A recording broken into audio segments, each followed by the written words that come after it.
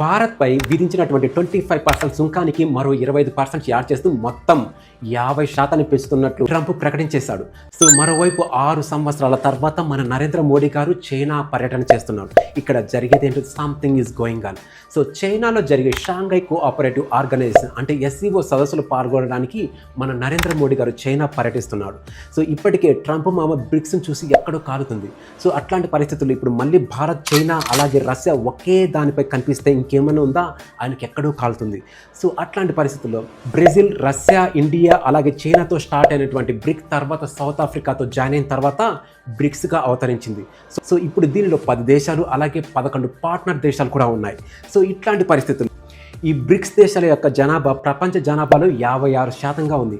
అలాగే ప్రపంచ జీడిపిలో బ్రిక్స్ దేశం యొక్క వాటా 50% దాకా ఉంది.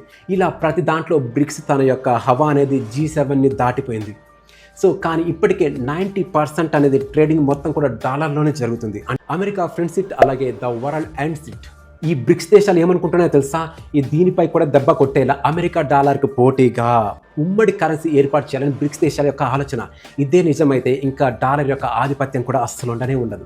సో ఒక్క బాంబు కూడా వేయకుండానే అమెరికా యొక్క ఆధిపత్యం తగ్గించాలని చూస్తున్నారని ట్రంప్ బ్రిక్స్ దేశాల మీద చాలా పగతో ఉన్నాడు. సో ఇట్లాంటి సిచ్యువేషన్స్లో India is centre of the BRICS అంటే బ్రెజిల్, రష్యా, ఇండియా, చైనా అలాగే సౌత్ ఆఫ్రికా. అందుకే మనపై మరింత పగపట్టి పక్క విషనాగుపాములు మనపై ఉసికొలుపుతున్నారు. ఇలాంటి కంటెంట్ నచ్చితే మీరు ఫాలో అవ్వండి. ఇలాగే మరిన్ని వీడియోస్ కోసం మన ఛానల్ సబ్స్క్రైబ్ చేయండి.